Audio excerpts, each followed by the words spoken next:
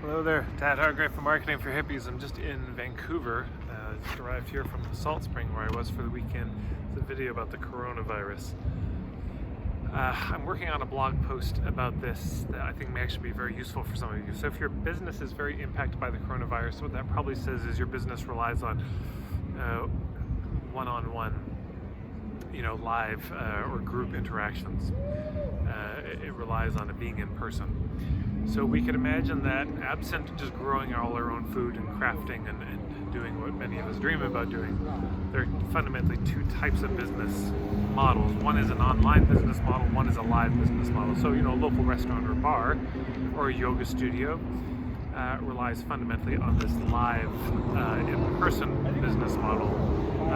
Posters, real tangible things in the world.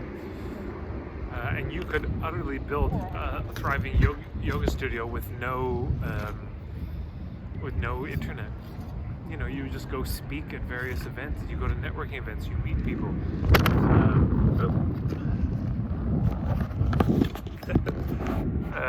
Some real wind knocking my phone over. Okay, so you could do that, and it's possible.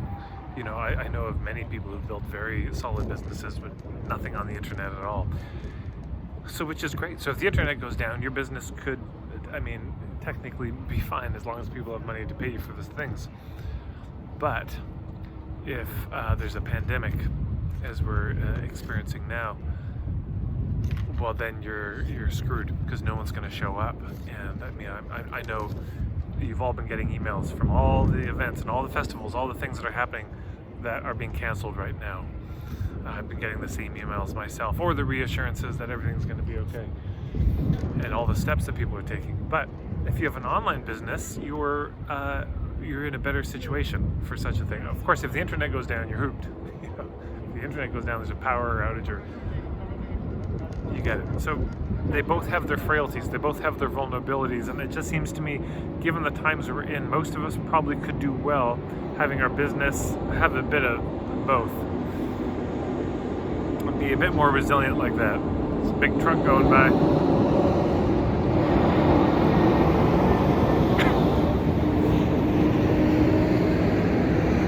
So anyways, I'm working on a blog post about this. I'll be posting it soon at marketingforhippies.com just with some thoughts. I'm not selling anything on this. In fact, I'll be giving something away in this. This is not a time to be money grabbing, but it may be a time to be useful to each other. So, might it be that this very serious situation that's been unleashed amongst us unlocks more generosity and taking care of each other, because certainly there will be the predatory elements that come to the fore and the trying to do a cash grab on all of this. But for what it's worth, keep your eyes out for the blog post. I'll be posting it on this page soon, on my Facebook page, and on my blog. If you go to marketingforhippies.com by tomorrow, Saturday, it should be up. But this is the seed I want to plant. If your business is very affected by coronavirus, how could you be creating online components to your business? Not always possible, but there are some thoughts. And I guess the last thought is you can also do pre-sales.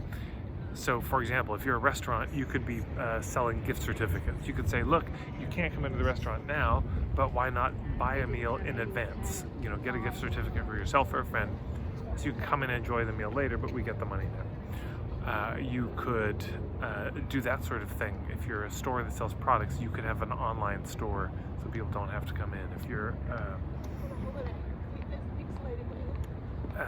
If you do live gatherings, you could turn it into a virtual gathering. I did a storytelling evening last night, which we had to change to be a virtual thing, so it happened over Zoom, basically. So there may be ways that these things can still be changed. So those are just a few thoughts. I'm sure there's more. I'd love to hear any thoughts you have. If you have any resources or guidance or wisdom on ways that people can still be sustaining themselves financially in their businesses during these times, please put it in the comments below. I think it'd be very useful for people. That's all for now.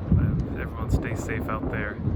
No doubt this will pass in time, as all things do. But until then, Practice your social distancing. Stay at home as much as you can. No big groups. And let's take care of the vulnerable people, the people who are older. And my God, immense gratitude to everyone working in hospitals right now. The nurses, the doctors, the first responders, the orderlies, the janitors, everyone who's being surrounded and subjecting themselves to this. All of you out there doing that, thank you, thank you, thank you, and may you be kept safe and protected in these times. All right.